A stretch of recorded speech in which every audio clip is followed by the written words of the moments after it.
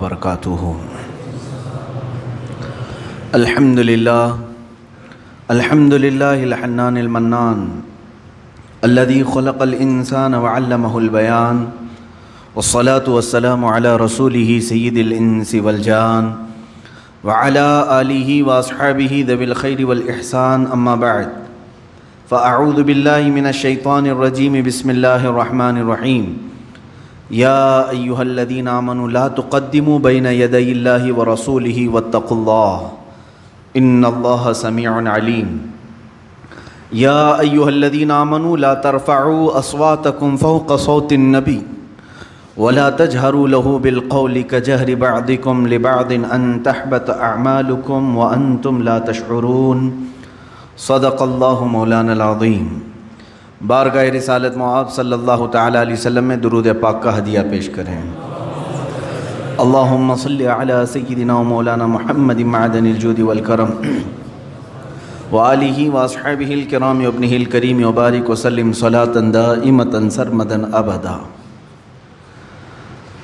آبروئے ما زنام مصطفیٰ است، درد دل مسلم مقام مصطفیٰ است۔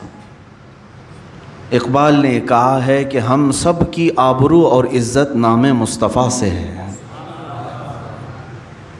اور مسلمان کے دل کا اگر کوئی درد ہے تو وہ صرف مقام مصطفیٰ ہی ہے۔ یعنی رسول کریم صلی اللہ تعالیٰ علیہ وسلم کے متعلق اگر کوئی بھی بات ہو تبھی مسلم کا دل دکھتا ہے، درد کرتا ہے، باقی دوسری چیزوں میں مسلمان کا دل اتنا ہلکا نہیں ہے کہ رونے لگ جائے۔ آبروئے ما زنام مصطفیٰ است، درد دل مسلم مقام مصطفیٰ است۔ عزیزان گرامی، رسول مختار صلی اللہ تعالیٰ علیہ وسلم کے متعلق ایک مسلمان کا جو تعلق ہے، اسی تعلق کو ختم کرنے کے لیے 14 صدیوں سے باطل قوتیں ایڑی چوٹی کا زور لگا چکی ہیں کہ یہ تعلق صرف ختم ہو جائے، باقی معاملات، تمہاری ٹوپیاں ختم ہو جائیں گی آسانی سے، تمہاری داڑھیاں نکل جائیں گی آسانی سے، نام تک بدل جائیں گے آسانی سے، بہت ساری بد اخلاقیاں بھی تمہارے درمیان آ جائیں گی آسانی سے، لیکن ایک قوت کو اب تک وہ ختم کرنے میں ناکام ہوتے رہے، وہ ہے مسلمان کے دل کا مقام مصطفیٰ سے جو تعلق ہے۔ گرا ہوا آدمی بھی جو گناہوں میں ملوث ہے، آوارہ گردی کر رہا ہے، لیکن رسول کریم صلی اللہ علیہ وسلم کا نام آئے تو اپنی زبانوں کو بند کر لیتا ہے، ادب کرنے لگ جاتا ہے۔ ایسے بہت سارے معاملات ہیں۔ میں نے کافی پہلے ایک شاعر کے متعلق سنا تھا، جگر دہلوی یا ان کا مراد آبادی، تخلص ہے شاعر کا۔ تو یہ شاعر کا مزاج الگ تھا۔ بہت سارے شعراء قوال ایسے جو شراب نوشی بھی کرتے ہیں، شراب پی کر شعر و شاعری کرنا یا محفلیں، رقص کی، ان تمام چیزوں میں شامل ہونا ان کے لیے کوئی عیب کی بات نہیں تھی۔ تو بہرحال ایک مرتبہ جگر کو یہ ہمیشہ سے زوم رہتا تھا، وہ کسی کے بھی شعر و شاعری کو تنقید کرتا تھا۔ تنقید کا مطلب ہوتا ہے کرٹیسائز کرنا، اور ان کے سامنے اگر کسی نے علامہ اقبال کی شاعری پڑھی تو کہہ دیتا، ارے یہ کوئی شاعری تھوڑی نہ ہے، اس میں فلاں چیز کی کمی ہے۔ داغ دہلوی کا شعر پڑھا گیا تو کہا داغ تو ایک رومانسی شاعر ہے، اس کے ہاں دوسرے اشعار نہیں ملتے۔ مرزا غالب کے اشعار پڑھیں تو اس پر تنقید، ہر ایک شاعر پر وہ تنقید کرتا تھا، اور شاگرد جو ہے مزہ لینے کے لیے اس طرح چھیڑتے بھی رہتے تھے، فلاں شاعر کے بارے میں کچھ کہیے، فلاں شاعر کے بارے میں۔ ایک مرتبہ محفل میں اسی طرح سے وہ سارے شعراء کے شعر پیش کرتے تھے شاگرد، اور وہ ان پر تنقید کرتا جاتا تھا استاد۔ اچانک محفل میں ایک شاگرد نے رسول کریم صلی اللہ علیہ وسلم کی ایک حدیث پڑھ دی اور کہا ان کے بارے میں آپ کا کیا خیال ہے؟ ہر شاعر کے بارے میں آپ کرٹیسائز کرتے ہو، تنقید کرتے ہو، ان الفاظ کے بارے میں، ان جملوں کے بارے میں آپ کا کیا خیال ہے؟ شراب نوشی میں ملوث رہنے والا بھی شاعر تڑپ کر کے اٹھ بیٹھا، فوراً محفل کو برخاست کر دیا، ان تمام شاگردوں پر پابندی لگا دی کہ کوئی آئندہ میرے سامنے کسی بھی شاعر کا سوال نہ لائے، اور رونے لگ گیا کہ شاید میرے نشے کی وجہ سے آج یہ نوبت آئی کہ میرے سامنے تنقید کرنے کے لیے حضور کو بھی پیش کر دیا کسی نے، کیا میں اتنا گر گیا کہ نبی کونین صلی اللہ علیہ وسلم کی بھی باتیں تنقید کے لیے پیش کی جائیں؟ اتنا رویا، اتنا رویا۔ بعد میں اخبار یہ ملتی ہیں کہ زندگی بھر کبھی شراب نوشی یا پھر کسی دوسرے لہو و لعب کی طرف اس نے ہاتھ تک نہیں لگایا، اسی ایک غم میں پھر پوری زندگی گزاری اور انتقال ہو گیا۔ میں کہنا یہ چاہتا ہوں میرے عزیزوں، مسلمان کا تعلق جو مصطفیٰ کریم صلی اللہ علیہ وسلم سے ہے، چاہے وہ گرا ہوا ہی کیوں نہ ہو، اخلاقی پستی میں کیوں نہ ہو، لیکن نام مصطفیٰ آتے ہی وہ ادب کا مظاہرہ کرتا ہے۔ ہمارا خود کا معمول یہ ہے کہ ہم جس حالت میں بھی ہیں، میرے آقا کا نام آئے تو ہم اپنے لبوں کو سے اپنے انگوٹھوں کو چومتے ہیں اور پھر آنکھوں سے لگا لیتے ہیں۔ یہ ادب کا ایک مظاہرہ ہے۔ قرآن کی وہی آیت میں آپ کے سامنے تلاوت کر رہا ہوں۔ اللہ رب العزت نے سورہ حجرات کو یہیں سے شروع فرمایا۔ رب ذوالجلال فرماتا ہے، اے ایمان والو، اللہ اور اس کے رسول کے آگے نہ بڑھنا، اللہ اور اس کے رسول کے آگے نہ بڑھو، اللہ سے ڈرتے رہو۔ دوسری آیت ہے جو آج بھی حضور اکرم صلی اللہ علیہ وسلم کی جالیوں پر لکھی ہوئی ہے، مزار مقدس کے سامنے، یا ایھا الذین آمنوا لا ترفعوا اصواتکم فوق صوت النبی، اے ایمان والو نبی کی آواز پر اپنی آوازیں بلند مت کرنا، ولا تجہروا لہ بالقول کجہر بعضکم لبعض، اور جیسے آپس میں ایک دوسرے کو پکارتے ہو ایسے نبی کو کبھی مت پکارنا۔ تم کسی کو بھی پکارتے ہو، اے احمد، اے عبداللہ، اس طرح کبھی یا محمد نہ کہو، حضور کا نام لے کر کے اس طرح آپس میں جیسے دوسروں کو پکارتے ہو اسے نہ کرو، بلکہ حکم دیا گیا کہ جب بھی پکاریں تو یا رسول اللہ کہیں، یا حبیب اللہ کہیں، یا نبی اللہ کہیں، ان کے القابات سے پکارو، نام لے کر کے پکارنے کو منع کیا گیا۔ یہ بارگاہ رسالت مآب صلی اللہ علیہ وسلم کا ادب کوئی اور نہیں، خود خدائے قدیر و جبار سکھا رہا ہے۔ یہ آیت جو نازل ہوئی تھی وہ ایک صحابی کے متعلق، ثابت بن قیس رضی اللہ تعالیٰ عنہ، کانوں سے ان کو کم سنائی دیتا تھا، اونچا سننے کی عادت تھی، اور جس کے کانوں میں عذر ہو وہ تھوڑا بلند آواز سے بولتا ہے۔ آپ کو معلوم ہوگا کان اگر کم سنائی دیتے ہیں تو زور سے بولتا ہے، بات کرتا ہے۔ حضرت ثابت بن قیس، یہ قیس بن ثابت، یہ حضور اکرم صلی اللہ علیہ وسلم کی مجلس میں بیٹھے ہوتے، اور جب کوئی بات ان کو سمجھ میں نہ آتی یا سنائی نہ پڑتی تو زور سے پوچھتے، یا رسول اللہ صلی اللہ علیہ وسلم کیا کہا آپ نے؟ حضور دوبارہ ارشاد فرماتے۔ کبھی ایسا ہوتا کہ 3 مرتبہ حضور اکرم صلی اللہ علیہ وسلم ان کو بیان کرتے، حالانکہ اس صحابی کے ساتھ یہ عذر تھا، جان بوجھ کر کے تو نہیں کرتے تھے، عذر تھا، اور اللہ کو یہ بھی پسند نہیں آیا۔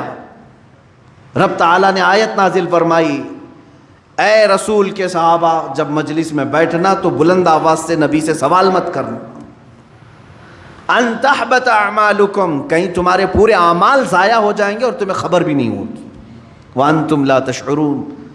یہ صحابی رسول اپنے آپ کو قید کر کے گھر میں روتے رہے کہ پتہ چل گیا تھا کہ انہی کے بارے میں آیت آئی ہے، مجلس رسول میں بلند آواز سے یہی بات کرتے تھے۔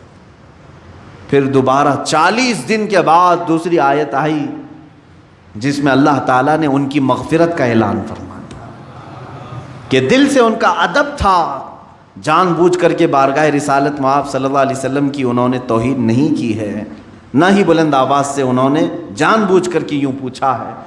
اللہ رب العزت نے انہیں معاف فرمایا، لیکن ساتھ ہی قیامت تک آنے والے مسلمانوں کو یہ تنبیہ کر دی گئی کہ اب نبی کونین صلی اللہ علیہ وسلم کی بات بھی چھڑ جائے، اے مسلمانوں ادب کا مظاہرہ کرو، ادب کا مظاہرہ۔ جب رسول کریم صلی اللہ علیہ وسلم کا تذکرہ خیر ہو رہا ہو اس وقت بھی مسلمانوں پر یہ واجب ہے کہ وہ ہمتن گوش ہو کر کے سنیں نبی کونین صلی اللہ علیہ وسلم کیا فرما رہے ہیں۔ یہ بارگاہ رسالت معاب صلی اللہ علیہ وسلم کے آداب میں کیوں بتا رہا ہوں؟ میرے عزیزو، آج اسی بات کی ضرورت ہے. مسلمانوں کے دلوں سے اس بات کو ختم کرنے کی کوشش کی جا رہی ہے.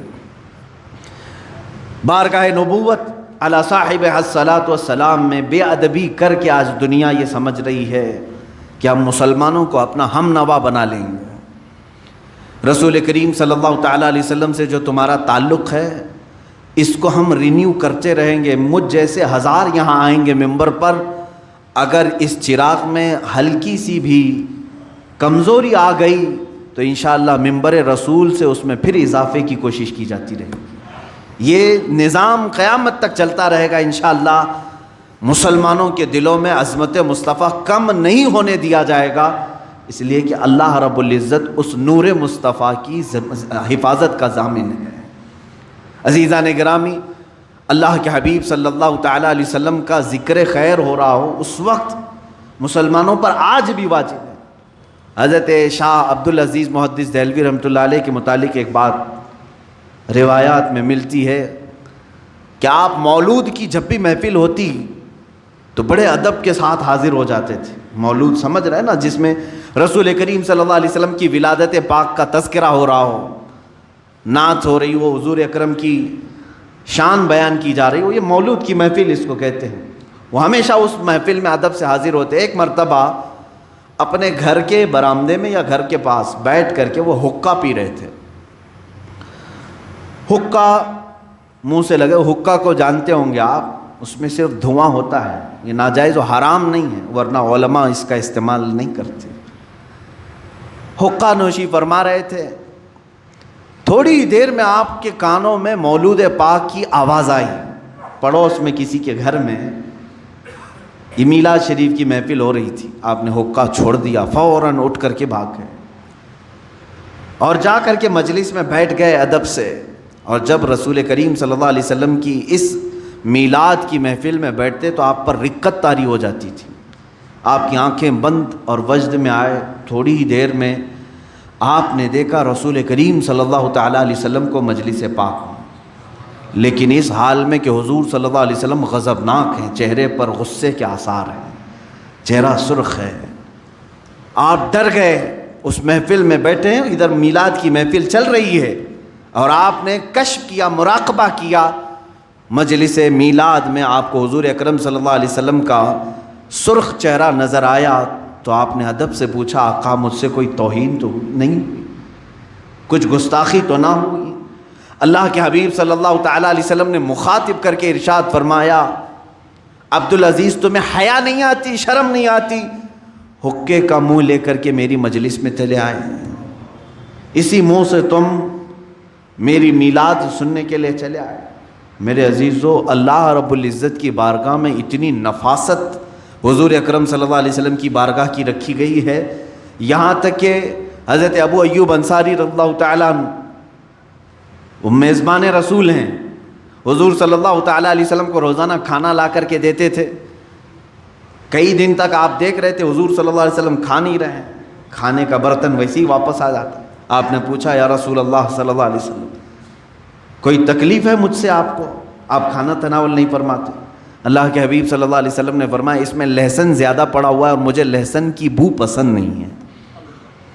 اللہ کے حبیب صلی اللہ علیہ وسلم نے یہ فرمایا. حضرت ابو ایوب انصاری اس برتن کو نکالے اور زندگی بھر کبھی آپ نے لہسن کو ہاتھ نہیں لگایا کہ جس کی بو سے اللہ کے حبیب صلی اللہ تعالیٰ علیہ وسلم کی طبیعت پر گراں گزرتا ہو، اس طرح کا حلال پھل بھی، حلال سبزی بھی کھانا انہوں نے اپنے لیے روا نہیں رکھا. حالانکہ لہسن اور پیاز حرام نہیں ہے، لیکن وہ صحابی رسول فرماتے ہیں حرام تو نہیں مگر میرے محبوب کو اس کی بو پسند نہیں تو میں نے زندگی بھر ہاتھ نہیں لگایا. یہ جو تعلق تھا میرے عزیزوں، میں صحابہ اکرام کی زندگی سے آپ کو چند گوشے ان کی حیات کی جھلکیاں آپ کے سامنے رکھتا ہوں. اور آج آپ کو احساس ہونا چاہیے کہ اقبال نے جو کہا، جس شعر سے میں نے آج اپنے بیان کو شروع کیا ہے، آبروئے ماں زنام مصطفیٰ است، ہماری ساری عزتیں نام مصطفیٰ سے وابستہ ہیں. ان کے جو ہم غلام تھے، خلق کے پیشوا رہے، ان سے پھرے جہاں پھرا، پھر آئی کمی وقار میں. ہمارا سب کچھ اسی نام سے وابستہ ہے. درد دل مسلم مقام مصطفیٰ است. مسلمان کا دل اگر تڑپے تو نبی کونین صلی اللہ علیہ وسلم کے لیے تڑپے. اگر حضور اکرم صلی اللہ تعالیٰ علیہ وسلم کی محبت تمہارے قلب میں نہیں آئی ہے تو تمہارا ایمان بھی نہیں ہے.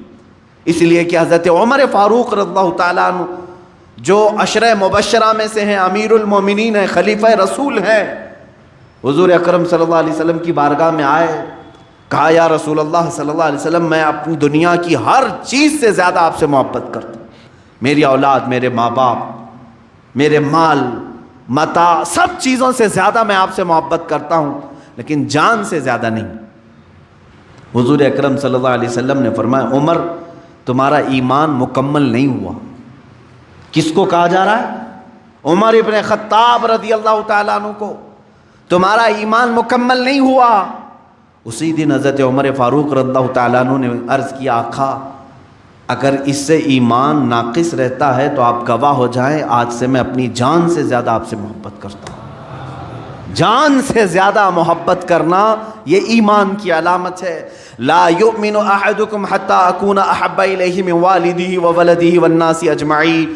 میرے آقا فرماتے ہیں تم میں سے اس وقت تک کوئی مومن نہیں ہوگا جب تک وہ اپنی اولاد سے، اپنے ماں باپ سے اور تمام انسانوں سے زیادہ مجھ سے محبت کرنے نہ لگے، اس وقت تک وہ پورا مومن نہیں ہو سکتا. آج ہمیں پرکھ کر دیکھنے کی ضرورت ہے کیا ہمارے اندر وہ ایمان ہے کمال کو پہنچا ہوا. ہم ہمارے بچوں کو ہاتھ لگانے سے کس طرح سے چڑ جاتے ہیں. ہمارے ماں اور ہمارے باپ کی شان میں اگر کوئی گستاخی کرے تو ہم اس کے ساتھ کیا معاملات کرتے ہیں، کیا سلوک کرتے ہیں، یہ سب کو معلوم ہے. اس کا مطلب یہ ہے کہ ہم اپنے رشتہ داروں پر آئی ہوئی کوئی بھی آفت کو برداشت نہیں کرتے. تو یہاں ایمان کو پرکھنے کی ضرورت ہے. نام مصطفیٰ پر اگر کسی نے کیچڑ اچھالا اور تم خاموش رہے تو اس کا مطلب ہے کہ ایمان کمال کو پہنچا ہی نہیں ہے. ایمان کسی کا کمال کو پہنچا نہیں ہے. جب تم اپنے ماں باپ پر کوئی بھی آفت برداشت نہیں کرتے تو اس کا مطلب ہے کہ نبی کو ابھی ماں باپ سے کم چاہتے ہو، اپنی اولاد سے کم چاہتے ہو. تمہارے مال کے متعلق اگر کوئی تانا مارے تو تم اس کا جواب دیتے ہو.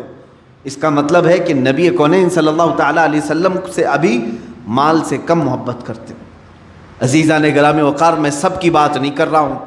جو میرے آقا صلی اللہ تعالیٰ علیہ وسلم کی عزت اور ناموس کے لیے کھڑا ہوا، چاہے حالات کیسے بھی ہوں، یہ اس کے ایمان کی علامت ہے.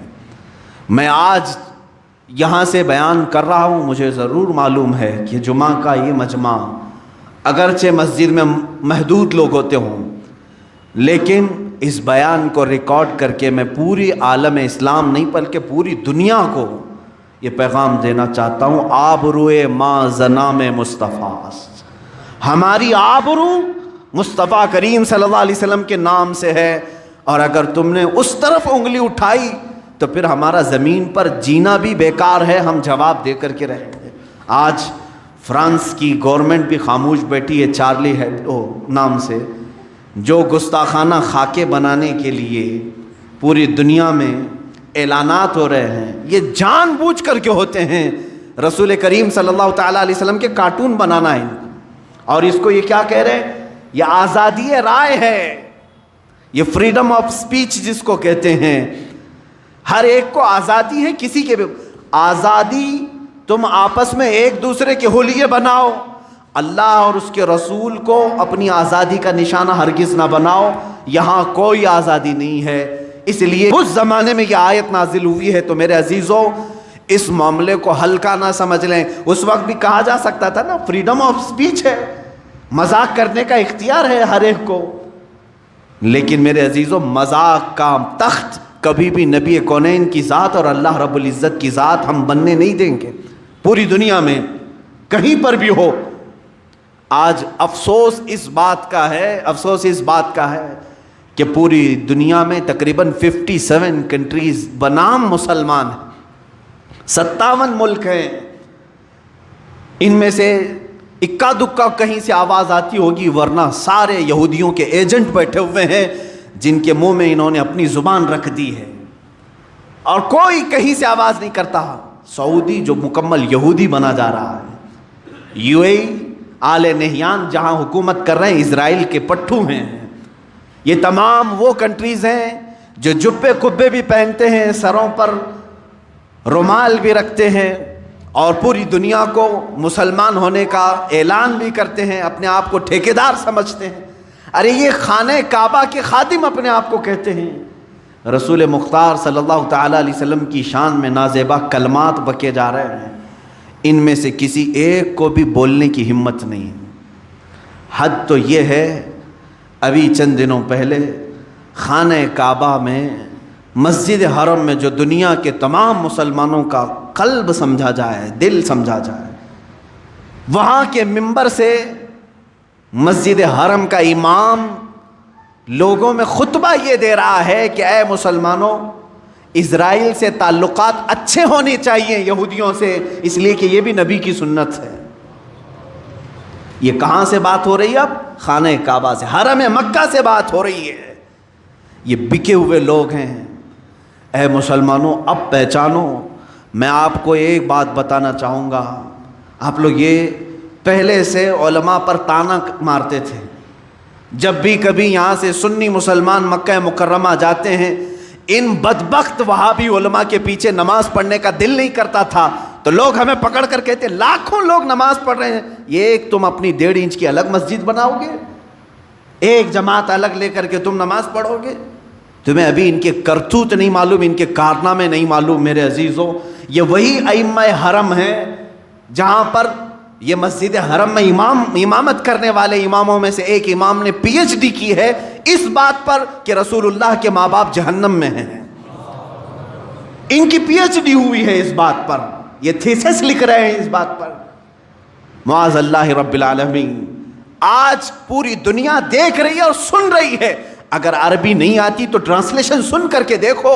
مسجد حرم سے خطبہ دینے والا امام پورے مسلمانوں کو خطبہ دیتا ہے. یہ نہیں کہ مسجد حرم کے صرف مسلمانوں کو, پوری دنیا میں یہ لائیو سنا جاتا ہے اور پہنچایا جاتا ہے. اور وہاں سے یہ تنبیہ کی جا رہی ہے کہ اسرائیل سے تعلقات استوار ہونا چاہیے. یہ بولی کس کی؟ جو تخت پر بیٹھا ہوا ظالم نمرود ہے, اس نے جیسا کہا ویسے ہی امام بولنا پڑتا ہے. مسجد نبوی کا امام بھی وہی بولے گا, مسجد حرم کا امام بھی وہی بولے گا, اور جو بادشاہ کے خلاف جائے گا وہ جیل میں جائے گا. کئی علماء کو انہوں نے جیل میں ڈالا بھی ہے. ہو بہو یہی حال امارات میں ہے, مصر میں ہے, اور بحرین میں ہے. یہ سب وہ کنٹریز کے نام میں لے رہا ہوں جن کو بنام مسلم سمجھتے ہیں. ایک بات یاد رکھ لینا, ہزاروں نہیں, لاکھوں نہیں, کروڑوں کی بھی بھیڑ ان کے ساتھ ہو, کبھی بھیڑ سے امپریس نہ ہونا, اس لیے کہ حق کی علامت بھیڑ نہیں ہے, حق کی علامت محبت مصطفیٰ ہے, حق کی علامت ناموس رسالت ہے. وہ چاہے ایک کے ساتھ ہو وہی حق پر ہے, لاکھوں اگر بھیڑ کہیں اور ہو. اس لیے کہ میرے آقا صلی اللہ علیہ وسلم نے فرمایا قیامت کے دن تم دیکھو گے کچھ نبی, صحابی کی بات نہیں, اور ولی کی بھی بات نہیں, عالم کی بھی بات نہیں کر رہا ہوں, نبی کی بات. میرے آقا فرمانے کئی نبی ایسے ہوں گے قیامت کے دن جو صرف ایک ہی امتی کے ساتھ آئیں گے, ان کا کل ملا کر کے ان کی زندگی میں ایک امتی بنا ہے. کسی کے ساتھ 2 امتی ہوں گے, کسی کے ساتھ 4 امتی ہوں گے. انبیاء کرام, نبی اس حال میں قیامت کے دن آئیں گے, ان کا ایک ماننے والا, کسی کے 2 ماننے والے. تو کیا یہ کہو گے کہ نبیوں کا ایک ہی ماننے والا ہے تو بھیڑ تو دوسری طرف تھی, بھیڑ دوسری طرف تھی. میرے عزیزو, یہ بھیڑ کو کبھی بھی معیار نہیں بنایا گیا, کسوٹی نہیں بنایا گیا اسلام میں. ورنہ بھیڑ کو کاؤنٹ کرنے جائیں تو جے جے کرنے والی پارٹیاں ہر میدان میں بھیڑ جمع کرتی ہیں, تو لوگ یہی سمجھنے لگ جائیں گے کہ میدان میں بھیڑ زیادہ ہے تو یہی حق پر ہوں گے. بھیڑ جمع کرنا حق ہونے کی علامت نہیں. حق ہونے کی علامت دل میں ناموس رسالت کا اور محبت مصطفیٰ کریم صلی اللہ تعالیٰ علیہ وسلم کا چراغ روشن ہونا ضروری ہے. اور میں آپ کو بتاتا ہوں, جن خبثائے زمانہ کی بات میں نے آج آپ کے سامنے کی ہے, یہ مردود زمانہ ہیں, نمرود زمانہ ہیں جو تخت پر بیٹھے ہوئے ہیں. پوری دنیا میں میرے آقا صلی اللہ تعالیٰ علیہ وسلم کے ناموس کے ساتھ کھلواڑ کیا جا رہا ہے. ارے اس وقت کو یاد کرو جب ترکی میں صرف سلطنت عثمانیہ تھی، خلافت عثمانیہ تھی، ایک خلیفہ تھا عبد الحمید ثانی، ایک خلیفہ تھا، دوسرے بادشاہوں کی بات نہیں کر رہا ہوں۔ فرانس نے اس وقت بھی میرے آقا صلی اللہ تعالیٰ علیہ وسلم کی شان میں ایک گستاخانہ کتاب شائع کرنے یا فلم بنانے کا اعلان کیا تھا، فلم بنانے کا اعلان کیا تھا۔ تنہا خلیفہ عبد الحمید ثانی نے اعلان کیا تھا مسلم امہ کے لیے کہ اگر فرانس نے یہ فلم بنانے کی کوشش کی تو پھر ہم اس کو منہ توڑ جواب دیں گے، ہم اپنے تمام سفارتی تعلقات ختم کریں گے۔ اور اسی اثنا میں صرف ایک اعلان پر تمام فوجی اپنی پریڈ میں شامل ہو چکے تھے۔ فرانس اس چیز سے اتنا گھبرایا کہ 100 سال ہو گئے آج تک وہ فلم کی طرف دوبارہ نہیں گیا۔ تنہا ایک خلیفہ تھا، یہ 100 سال پہلے کی بات کر رہا ہوں۔ آج 57 ملکوں میں یہ تخت پر بیٹھے ہوئے ہیں نامرد قسم کے بادشاہ، جن کے زبانوں میں ان یہودیوں نے اپنی زبان رکھ دی ہے، اپنی بولی رکھ دی ہے۔ حیرت کی بات ہے، اتنے سالوں سے جو فلسطین کے نادان بچوں کو قتل کرنے والا اسرائیل، یہودیوں کا مرکز، بیت المقدس کو ہمیشہ کے لیے فنا کرنے کے خواب دیکھنے والا اسرائیل، جس کو آج تک مسلم کنٹریز نے قبول نہیں کیا تھا، یہ 1948 میں آ کر انہوں نے ملک بنانے کا اعلان کر دیا، زبردستی قبضہ کر کے فلسطینیوں پر، اور تقریباً پورا فلسطین قبضہ کر لیا۔ تقریباً اب چھوٹے چھوٹے شہر باقی رہ گئے فلسطینیوں کے۔ انہوں نے اپنی کنٹری کا اعلان کیا کہ ہماری خود کی یہ کنٹری ہے، اس کا نام اسرائیل رکھا 1948 سے، 1948 سے، اور آج 2020 میں پہنچ کر ان کا حال یہ ہو گیا کہ انہوں نے اپنے پرانے وعدے ساری چیزیں توڑ کر کے بیت المقدس جہاں ہے وہاں اپنا کیپٹل بنانے کا اعلان کیا۔ امریکہ بھی اس کو تسلیم کر لیا، دوسری کنٹریز ایک کے بعد دیگرے تسلیم کرتے جا رہے ہیں۔ لیکن شرم کی بات اس وقت ہے جب مسلمانوں کے نام سے مشہور ممالک میں سے UAE، متحدہ عرب امارات، اس کے بادشاہ نے اعلان یہ کیا پچھلے چند دنوں پہلے کہ ہم اسرائیل کو بطور ملک تسلیم کرتے ہیں اور ان کے ساتھ سفارتی تعلقات قائم کرتے ہیں۔ دبئی نے تعلقات قائم کیے، سعودی عرب، جس کو میرے آقا صلی اللہ علیہ وسلم نے جزیرۃ العرب فرمایا ہے، سعودی انہوں نے نام رکھا ہے۔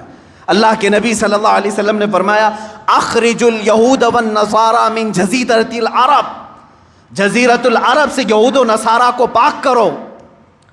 حضور اکرم صلی اللہ علیہ وسلم نے جو ہے فرمایا، آج تک عرب شریف تھا، سعودی نے UAE کی حمایت کرتے ہوئے اسرائیل کے پلین اور اس کے تمام ہوائی راستوں کو اپنے ملک کے اوپر سے جانے کی پرمیشن بھی تھی۔ در پردہ یہ تمام چیزیں ایک ہی ملک کے لیے ہو رہی ہیں، وہ اسرائیل کے لیے۔ مجھے معلوم ہے میں یہ سخت جملے آج بول رہا ہوں، یہ میرا حق ہے، اور بطور مسلمان یہ میرا حق ہے، میں اپنا احتجاج درج کرا رہا ہوں۔ آج اگر کسی نے کہیں پر بھی ہولوکاسٹ کا ذکر کیا تو اسے مار دیتے ہیں یہودی۔ ہولوکاسٹ کا ذکر کر دیا اگر کسی نے، اسے کہیں نہ کہیں پکڑ کر کے مار دیتے ہیں یا اس پر کیس کرتے ہیں۔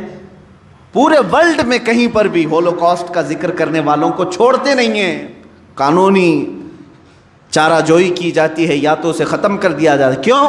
ہولوکاسٹ میں یہودیوں کی بدنامی ہے، ان کی رسوائی ہوتی ہے، ان کی ذلت ہوتی ہے۔ میرے عزیزو، ایک مٹھی بھر جماعت ہولوکاسٹ کا نام برداشت نہیں کرتی، اور پوری دنیا میں 1 ارب سے زیادہ مسلمان اپنے نبی کی شان میں گستاخی کیوں برداشت کر کے بیٹھے ہوئے؟ خاموش تماشائی کیوں ہیں؟ کہیں ایسا تو نہیں کہ جس کو اقبال نے بہت پہلے کہا تھا کہ عرب کو دے کر عجم کے تخیلات، اسلام کو حجاز و یمن سے نکال دو، یہ فاقہ کش موت سے ڈرتا نہیں ذرا، روح محمدی اس کے بدن سے نکال دو۔ ان لوگوں نے یہی کہا تھا کہ یہ بھوکا رہتا ہے، پیاسا رہتا ہے مسلمان، اور موت سے بالکل ڈرتا نہیں۔ آخر اس کے اندر خوف لانا ہے تو روح محمدی اس کے جسم سے دور کر دو۔ جو میرے آقا صلی اللہ علیہ وسلم کے لیے اس کا دل تڑپتا ہے، اس کو مرجھا کر دو، مرجھا دو، مار دو۔ اس قلب کو آج مارنے کے لیے پوری دنیا الگ الگ انداز میں اٹھتی ہے، سوشل میڈیا کے ذریعے، فلمی دنیا کے ذریعے۔ عزیزان گرامی، بارگاہ مصطفیٰ صلی اللہ تعالیٰ علیہ وسلم کے آداب میں دو چند باتیں عرض کر دوں۔ آج ہمارا حال کیا ہے کہ ہم کس طرح کی چیزیں برداشت کریں۔ صحابہ کی قوت اور طاقت کس وجہ سے تھی جانتے ہیں؟ صلح حدیبیہ کے موقع پر کسرا جو ایران کا سپر پاور تھا، وہاں سے ایک شخص بھیجا گیا قاصد بنا کر کے، دیکھو محمد صلی اللہ علیہ وسلم نے کتنی طاقت جمع کر لی ہے، کتنے ان کے پاس فوجی ہیں، سامان جنگ کتنا ہے، کیونکہ یہ بڑے بڑے بادشاہوں سے لڑنے کے چیلنج دیتے جا رہے ہیں، ملک کا ملک فتح کرتے جا رہے ہیں، ان کے پاس طاقت کیا ہے وہ دیکھو۔ عروہ بن مسعود ثقفی ایک شخص آیا صلح حدیبیہ کے موقع پر، حضور پاک صلی اللہ تعالیٰ علیہ وسلم کو اس وقت مکہ والوں نے عمرہ کرنے کے لیے روک دیا تھا، نہیں جانے دے رہے تھے، 1400 صحابہ تھے صرف۔ ایران کی سپر پاور، قیصر ملک روم کا سپر پاور، یہ لوگ قاصد بنا کر کے بھیجیں، دیکھ کر کے آؤ محمد ہماری سلطنتوں کو ہلانے کی بات کرتے ہیں، کون سی طاقت جمع کی ہے۔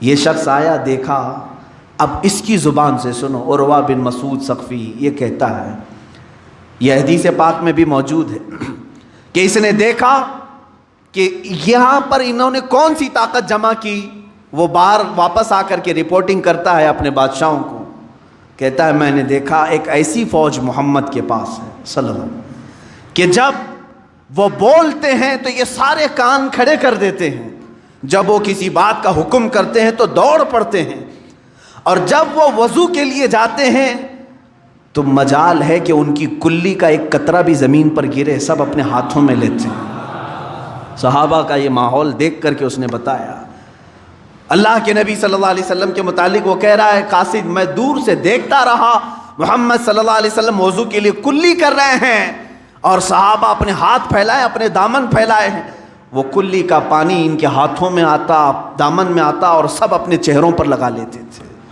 ایک قطرہ بھی زمین پر گرنے نہیں دیتے تھے۔ اور وہ واپس آ کر کے کسرا سے کہا، میں نے بڑے بڑے بادشاہوں کے ہاں فوج کو بھی دیکھا ہے لیکن ایسی دیوانگی کسی کے ہاں نہیں دیکھی۔ پوچھا انہوں نے کہ کیا طاقت جمع کی ہے، انہوں نے کہا چھوڑو ان سے لڑنے کی بات ختم کرو، محمد صلی اللہ علیہ وسلم کو وہ تمہارے حوالے کبھی نہیں کریں گے۔ کہا کیوں نہیں کریں گے؟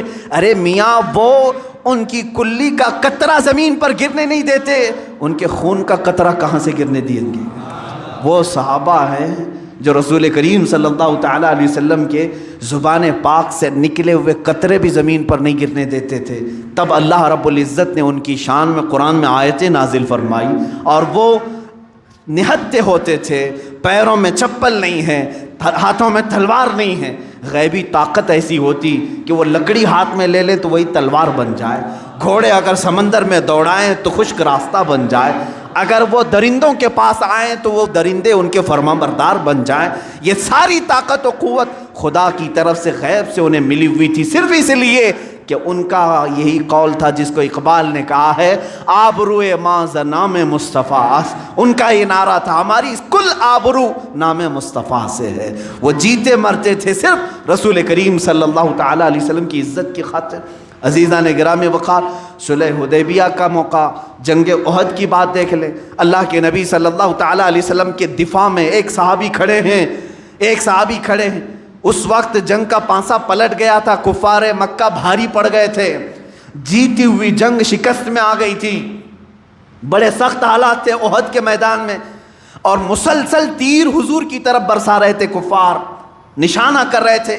ایک صحابی کھڑے ہیں حضور کے ڈیفنس میں، ان کے جسم پر 80 تیر چبھے ہوئے تھے، لیکن مجال ہے کہ وہ ہٹیں حضور کے سامنے سے، ہر تیر جسم پر آتا رہا، یہاں تک کہ ایک تیر سیدھے ان کی آنکھ میں گھس گیا اور ان کی آنکھ کا پتلا باہر آ گیا، اور وہ اسی طرح سے اپنے ہتھیلی میں آنکھ کا پتلا لے کر کھڑے ہیں، لیکن مجال ہے کہ وہاں سے ٹس سے مس ہوں، اس لیے کہ انہوں نے اپنی زندگی کو وقف کیا تھا، میں دفاع رسول کے لیے ہوں، ناموس رسالت کے پہرے کے لیے ہوں۔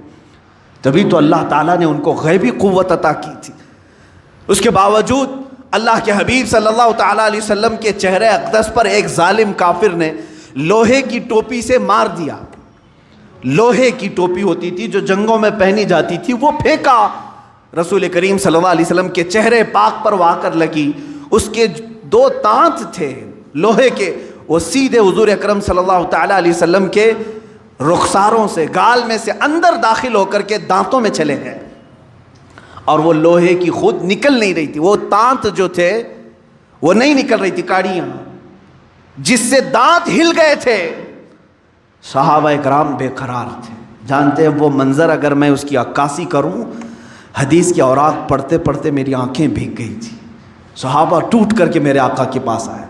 صدیق اکبر کہتے ہیں یا رسول اللہ, میں یہ دانت کے یہ کاڑیاں میں نکال دوں گا, یہ کڑیاں میں نکال دوں گا.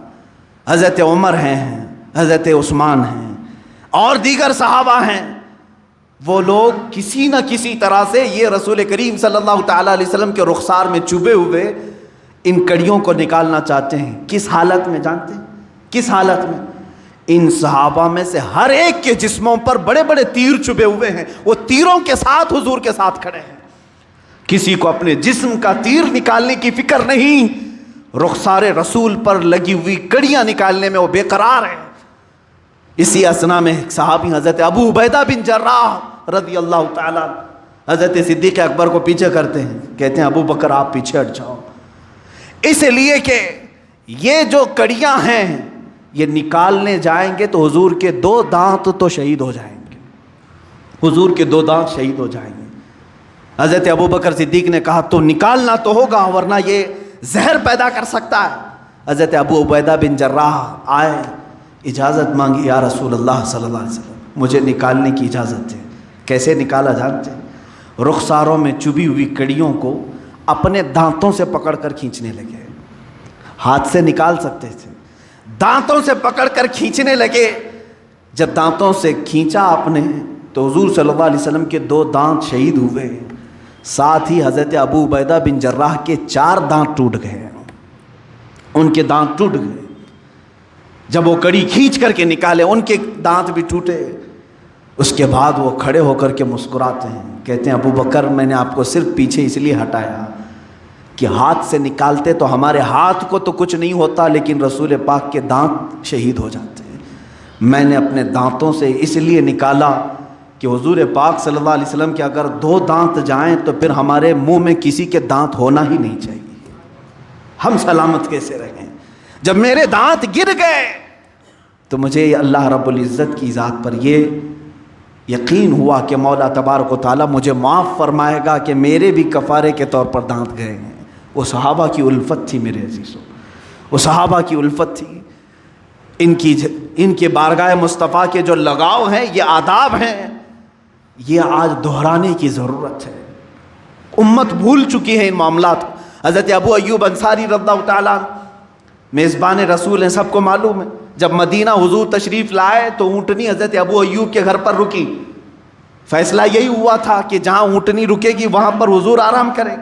ابو ایوب انصاری رضی اللہ تعالیٰ عنہ یہ وہ صحابی ہیں جن کو حضور کی میزبانی کرنے کا شرف حاصل ہے. 2 منزلہ گھر تھا, ایک نیچے ایک اوپر. حضور صلی اللہ تعالیٰ علیہ وسلم جیسے تشریف لائے, حضرت ابو ایوب انصاری نے کہا حضور آپ کو جو پسند ہے وہ آپ قبول فرما لیں. اللہ کے حبیب صلی اللہ علیہ وسلم نے فرمایا میں نیچے کا حصہ پسند کرتا ہوں. لوگ ملنے والے آتے جاتے رہیں گے. تقریباً 7 یا 8 مہینے تک میرے آقا کا قیام ان کے گھر پر رہا ہے. ملنے والے آتے جاتے رہیں گے, مجھے نیچے رہنے دو. نیچے اللہ کے حبیب صلی اللہ علیہ وسلم رہنے لگے. حضرت ابو ایوب انصاری اور ان کی زوجہ اوپر گئے, جاتے ہی بے قراری آ گئی. اللہ کے حبیب صلی اللہ علیہ وسلم نیچے آرام فرما ہیں اور ہم اوپر کیسے سوئیں. پوری چھت پر سوتے نہیں تھے, کونے میں دبک کر بیٹھے رہتے تھے. پوری رات بیٹھے ہوتے. وہ کہتے کہ یہ ادب کے خلاف ہے, اللہ کا حبیب زمین پر سو رہا ہو اور میں پہلے منزلے پر کیسے سوؤں. نہیں سوتے تھے, پوری رات اس طرح سے کونے میں بیٹھے رہتے. ایک دن ان کے گھر میں پانی کا مٹکا مٹی کا تھا, ٹوٹ گیا, پانی بہہ گیا چھت پر. چھپرے کی چھت ہوتی تھی. جانتے ہیں حضرت ابو ایوب انصاری کے ہاں ایک ہی کمبل تھا, ایک ہی لحاف تھا. وہ پورا لحاف انہوں نے پانی میں بھگو دیا. جو کپڑے تھے وہ پھاڑ پھاڑ کر پانی میں بھگو دیا, جمع کر لیا. سخت ٹھنڈیوں کی راتیں تھیں. اسی لحاف کو شوہر اور بیوی دونوں اوڑھ کر کے صبح تک بیٹھے رہے، صرف اس لیے کہ پانی کا ایک قطرہ بھی میرے مصطفیٰ کی ذات پر نہ جائے، اللہ کے حبیب صلی اللہ علیہ وسلم کی نیند میں خلل نہ آنے پائے۔ یہ مقام مصطفیٰ صحابہ اکرام سے سیکھو میرے عزیزوں۔ ان دلالوں سے کیا سیکھو گے جو آج حکومت کے تخت پر بیٹھے ہیں، جن کو نام مصطفیٰ کی کوئی قدر نہیں۔ اسی لیے سرکار مفتی اعظم ہند رضی اللہ تعالیٰ عنہ نے اعلان کیا تھا مدینہ طیبہ میں، تیرے حبیب کا پیارا چمن کیا برباد، الہی نکلے یہ نجدی بلا مدینے سے۔ اللہ ان کی دعا قبول کرے، ان ظالموں کو جزیرۃ العرب سے دور کرے۔ آج دل روتا ہے میرے عزیزوں، رسول کریم صلی اللہ تعالیٰ علیہ وسلم کی عظمت پر حملے کرنے والے وہ لوگ ہیں جو ٹڈی دل ہیں، ان کے ہاں کوئی ہمت نہیں۔ اگر مسلم دنیا صرف اور صرف ایک بار ان سے یہ کہہ دے کہ اللہ کے حبیب صلی اللہ تعالیٰ علیہ وسلم کے لیے ہم جان بھی فدا کرتے ہیں، ہم اپنے ہر جمعہ کے خطبے میں یہ کہتے ہیں الا لا ایمان لمن لا محبت لہ، اس کا ایمان ہی نہیں جس کے سینے میں ان کی محبت نہیں۔ ہم تو انہی کی محبت میں جینے مرنے کی قسمیں کھاتے ہیں، لہٰذا اس نبی کی ذات پر کچھ نہ کہو، ہمیں جو کوسنا ہے کوسو، ہم تو برے ہیں، ہم بد اخلاق ہیں، ہم بد عمل ہیں، ہمیں گالیاں دے دو، لیکن میرے آقا صلی اللہ تعالیٰ علیہ وسلم کی شان میں کچھ نہ کہا جائے۔ اے مسلمانوں، اپنے آپ کو بیدار رکھو، جس طرح ممکن ہو سکے ان کی مخالفت میں آواز اٹھاؤ۔ اگر آج تمہارے پاس سوشل میڈیا کا پلیٹ فارم ہے تو اس پر اپنا احتجاج درج کرو کہ ہم فرانسیسی یہ تمام درندوں کے خلاف ہیں، اس لیے کہ انہوں نے ہمارے قلب کو، ہمارے دل کو چھیڑا ہے جہاں میرے آقا کی محبت بستی ہے، ہماری آنکھوں کو ٹھیس پہنچائی ہے جن کے نام سے ہم ٹھنڈک محسوس کرتے ہیں۔ اس لیے میں کہتا ہوں یہ ہیومن رائٹس کے بھی خلاف ہے، کسی کو اس طرح سے ستانا، ہریسمنٹ کرنا، کہ یہ ظلم نہیں ہے، یہ جرم نہیں ہے، کسی کو بھی ہریسمنٹ کرنا یہ جرم نہیں ہے۔ اس طرح پورے مسلمانوں، کروڑوں مسلمانوں کو یہ ہریسمنٹ کر رہے ہیں اس بات سے کہ کبھی میرے نبی کے شان میں کارٹون بنانے کی بات، کبھی ان کو معاذ اللہ رب العالمین گندے الفاظ کے ساتھ فلم بنانے کی بات۔ اس طرح یہ تمام بار بار چیزیں جو آتی ہیں یہ ہمارے ساتھ، یہ ہیومن رائٹس کے خلاف ہے، ہمارے ساتھ یہ ہریسمنٹ ہے۔ ہم جو ہے بار بار ان تمام کرب کے ساتھ کیوں زندگی گزار رہے ہیں آج؟ کیا ہمیں دنیا میں اس زمین پر تمام لوگوں کی مذہبی آزادی کے ساتھ جینے کا حق نہیں ہے؟ عزیزان گرامی، ہمارا اسلام تو یہ دعوت دیتا ہے لا تسبوا الذین یدعون من دون اللہ فیسبوا اللہ عدوا بغیر علم۔ قرآن کہتا ہے تم ان کے خداؤں کو گالی مت دو، ان کے خداؤں کو گالی مت دو، اس لیے کہ وہ پلٹ کر کے تمہارے خداؤں کو تمہارے خدا کو بولیں گے، جو اللہ حقیقی ہے اس کو تم وہ گالی دیں گے۔ ہمیں تو یہ منع کیا گیا ہے۔ یہ مغرب، یہ ویسٹرن، جہاں سے یہ لوگ اپنے آپ کو پورا سپر پاور کہنے کا دعویٰ کرتے ہیں اور سب سے زیادہ ترقی یافتہ کہتے ہیں، ان ظالموں کو اتنی بھی تمیز نہیں کہ کسی پوری دنیا کے ایک مذہب کی مقدس شخصیت کے ساتھ کھلواڑ کرنا یہ جرم ہے یا نہیں، ان کو اتنی بھی تمیز نہیں۔ یہ جان بوجھ کر کے کیا جا رہا ہے۔ آج میں مسلمانوں کو ایک درس دے کر کے جانا چاہوں گا، آخری میرا پیغام سنیں۔ حضرت علامہ ابن حجر عسقلانی رحمۃ اللہ تعالیٰ علیہ نے لکھا ہے کہ بغداد پر جب حملہ ہوا تھا تاتاریوں کا، ان ظالموں نے پورے مسلمانوں کا قتل عام کیا تھا، دریائے دجلہ کا پانی مسلمانوں کے خون سے لال ہو گیا تھا، بہت انہوں نے ظلم و ستم ڈھائے، اور ان کا محبوب مشغلہ کیا تھا؟ شام کو آتے تھے، کسی عیسائی پادری کو بٹھا کر کے حضور کی شان میں نازیبا کلمات بکنے کے لیے اسے کہا جاتا، پیسے دیے جاتے۔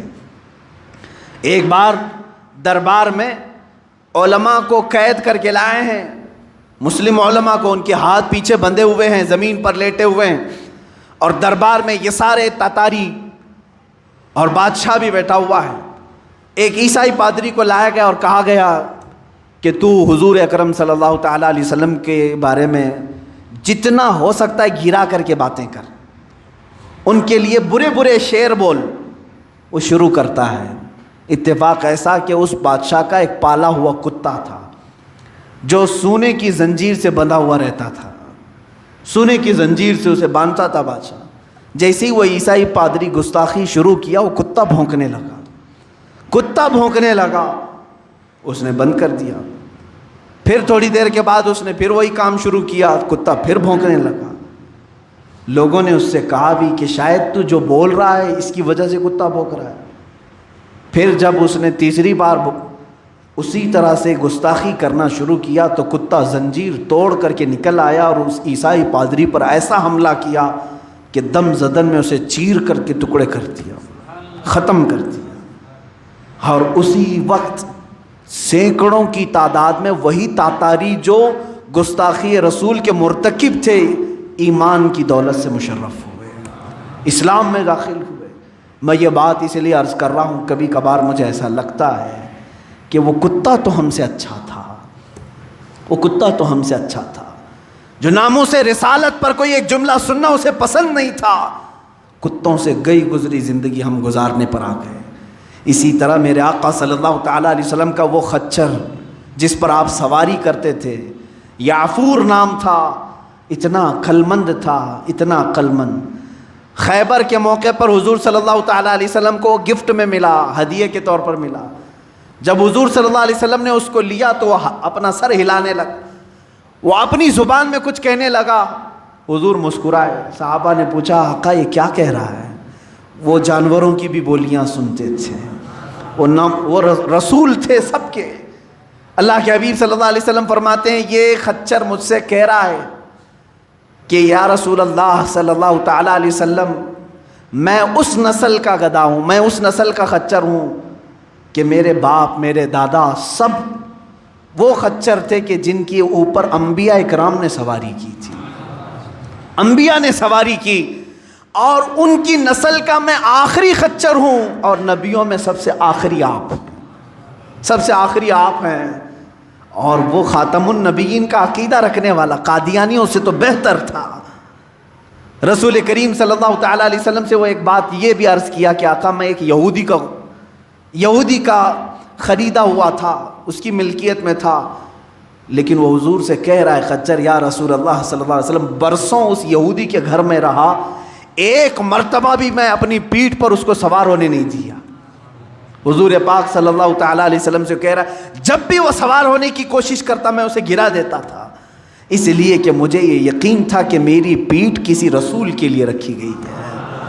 اسی یعفور کو دیکھیں جب میرے آقا صلی اللہ تعالیٰ علیہ وسلم کا وصال ہوا, اللہ کے حبیب صلی اللہ تعالیٰ علیہ وسلم جب کسی صحابی کو بلانا ہوتا تو اسی یعفور کو بھیجتے تھے خچر کہ جاؤ عثمان بن عفان کو بلا لاؤ, جاؤ عمر ابن خطاب کو بلا لاؤ. یہ سیدھے اسی صحابی کے گھر جاتا, ان کے دروازے کو اپنے سر سے ٹھوکتا, دروازہ کھلتا, وہ اپنی دم سے اشارہ کرتا, صحابہ سمجھتے کہ رسول کا بلاوا آیا ہے. حضور کا قاصد بن کر کے صحابہ کے گھر جاتا. لیکن میرے عزیزو اس کے قلب میں, اس کے دل میں جو عظمت مصطفیٰ تھی وہ یہ, صحابہ کرام فرماتے ہیں حضور صلی اللہ تعالیٰ علیہ وسلم سے ریلیٹڈ ہر چیز سے ان کو محبت تھی. جب میرے آقا کا وصال ہوا, انتقال ہوا, اس دن سے لے کر کے 3 دن تک اس یعفور نے نہ گھاس کا ایک پتا کھایا, نہ کھانا پانی, کچھ بھی نہیں, کسی چیز کو منہ نہیں لگاتا تھا. اگر کوئی چیز کھانے کے لیے اس کے سامنے پیش کر دی جاتی اپنے پیروں سے ہٹا دیتا تھا. صحابہ روتے تھے اس عمل کو دیکھ کر کہ بغیر مصطفیٰ کے یہ کھانا پسند نہیں کرتا. 3 دن کے بعد جس کنویں سے آخری مرتبہ میرے آقا صلی اللہ علیہ وسلم نے غسل فرمایا تھا, بیر غرس جہاں کا پانی, یہ روایات میں ہے کہ وہاں جا کر کے دن بھر بیٹھ کر روتا تھا, اور تیسرے دن اسی میں چھلانگ لگا کر کے فوت ہو گیا. اس جانور نے یہ درس دیا کہ بغیر مصطفیٰ کے تو یہ جینا بھی بیکار ہے. جو نبی کی محبت میں جیا ہو اسے نبی کو چھوڑ کر کے جینے کا کبھی لطف آ ہی نہیں سکتا. اسی لیے میں اب اپنی گفتگو بھی اسی پر ختم کرتا ہوں. اے مسلمانوں سمجھ جاؤ, آبرو ما زنام مصطفیٰ اس, آبرو ما زنام مصطفیٰ اس, ہماری آبرو اور ہماری عزت مصطفیٰ کریم کے نام سے ہے. درد دل مسلم مقام مصطفیٰ اس, اگر دل درد کرے تو صرف مصطفیٰ کے لیے کرے. اسی لیے قرآن نے بھی ہمیں یہی تاکید کی ہے کہ جو رسول دے دیں وہ لے لو, جو رسول منع کر دیں اسے چھوڑ دو. افسوس ہے ہم اللہ کے حبیب صلی اللہ علیہ وسلم کی محبت کے دعوے کرتے ہیں، مجھے شرم آتی ہے اس بات کی کہ جب قبر میں ہمیں بند کر دیا جائے گا اس نبی کونین کے سامنے ہم اپنا چہرہ کیسے کر پائیں گے؟ اگر اللہ کے حبیب صلی اللہ تعالیٰ علیہ وسلم کے سامنے ہو کر ہم سے سوال کر لیا گیا کہ میری عزت پر، میری ناموس پر، میری عزت پر حملے ہوتے تھے اور تو گھر میں بیٹھ کر کے روٹیاں سیکتا تھا، تیرے گھر میں اچھے کھانے پکتے تھے، کبھی تو نے غم کا اظہار بھی نہیں کیا، ہمارے پاس کوئی جواب نہیں ہوگا۔ میں یہاں پر ممبر سے یہ کہوں گا، یا رسول اللہ، یا آقائی و مولائی و ملجائی، ہمیں جتنی طاقت اللہ نے دی ہے ہم یہاں سے ادا کرنے کی کوشش کرتے ہیں۔ سرکار ہم غلاموں میں طرز ادب کہاں، سرکار ہم کمینوں میں طرز ادب کہاں، ہم کو تو بس تمیز یہی بھیک بھر کی ہے، ہم کو تو بس تمیز یہی بھیک بھر کی ہے۔ گندے نکمے کمین، مہنگے ہیں کوڑی کے تین، کون ہمیں پالتا، تم پہ کروڑوں درود، بے ہنر و بے تمیز۔ یا رسول اللہ، ابھی وہ امی فدا کا یا رسول اللہ، آج ہم وہ حق ادا نہیں کر سکتے آپ کے دفاع کا، ہم سن کر کے خاموش رہ جاتے ہیں اس لیے کہ طاقت سے بے بس ہے۔ یا رسول اللہ، ہم آپ کی بارگاہ میں دعائی صرف اس بات کی لگاتے ہیں، بے ہنر و بے تمیز کس کو ہوئے ہیں عزیز، ایک تمہارے سوا، تم پہ کروڑوں درود کر کے تمہارے گناہ مانگے تمہاری پناہ، تم کہو دامن میں آ، تم پہ کروڑوں درود۔ یا رسول اللہ، ابھی وہ امی فدا، ہمارے گناہوں پر، ہمارے خطاؤں پر، ہماری تمام غلط کاریوں پر آپ ہمیں سزا کا اعلان نہ فرمائیں، سرکار صرف رحمت کی آس ہے، صرف رحمت کی آس ہے، صرف رحمت کی آس ہے۔ میرے آقا، ہم گنہگاروں پر آپ رحم فرمائیں، اور اللہ کی بارگاہ میں دعا کرتا ہوں، اے کریم خدا، اس مردود اور ملعون پر تو بے شمار لعنت فرما جو تیرے حبیب پاک کی کردار کشی کرنے کی کوشش کرتا ہے، جو ناموس رسالت پر انگلی اٹھائے، اے مولا تو ہمیشہ کے لیے اس کو عبرت کا نشان بنا دے، رہتی دنیا تک کے لیے اس کو ذلیل و رسوا کر دے۔ اے کریم خدا، تو اپنے تمام تر عذابات اس پر نازل کر جو تیرے حبیب پاک کی گستاخی کا مرتکب ہو۔ مولا ہماری دعاؤں کو نالین مصطفیٰ کے صدقے قبول فرما۔ وآخر دعوانا ان الحمد للہ رب العالمین۔ السلام۔